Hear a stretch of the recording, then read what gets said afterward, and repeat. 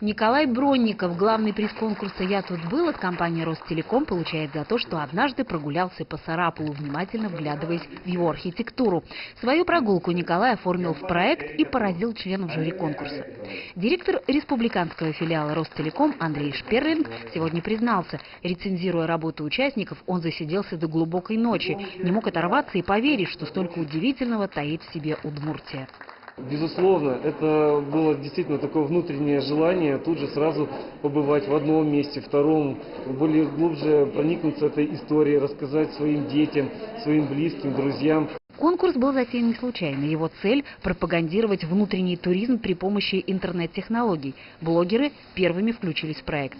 Алла Шумихина рассказала всему Приволжью о Поздерах. Необыкновенной красоты местечко спрятано в Воткинском районе на Каме. Раньше это было село, как бы сегодня сказали, федерального значения. Стерлядь из Поздер возили на царский стол. Был здесь и храм, а в нем святое распятие, приплывшее к верующим по реке. Сейчас там возрождается обитель мужская, на месте, где раньше был храм, сейчас построен новый храм, открыт, и сейчас в будущем там будет мужской монастырь. Об Удмуртии так еще не рассказывали. На конкурсе проекты о Глазовских кладах, о тайнах Эднокара, об Ижевском бомбоубежище, храмах республики. Николай, раз и навсегда влюбленный в Сарапул, убежден, теперь Удмуртия достойна того, чтобы любой заезжий турист с гордостью сказал: «Я тут был». Мы далеко не захолустье и в плане культуры. Если грамотно себя поставить, мы будем на очень хорошем месте, я думаю.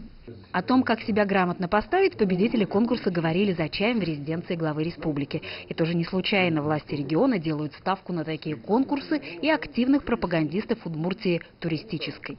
Мы только в последнее время начали громко говорить о том, что в Удмуртии, оказывается, есть туристический потенциал. Он существует, и, конечно, очень большая сложность в том, чтобы это информационное поле было единым, системным, понятным. Сегодня в Удмуртии создается уникальный интернет-ресурс, такой, чтобы каждый желающий, кликнув мышкой, смог открыть для себя загадочные интересные уголки республики, а потом приехать и сказать: «Я тут был». Марина Баль, Александр Широбоков, телеканал «Моя Удмуртия». Это с музеем, это первая часть. А вторая часть, на самом деле, то, что у нас в туризме происходит, почему у нас до сих пор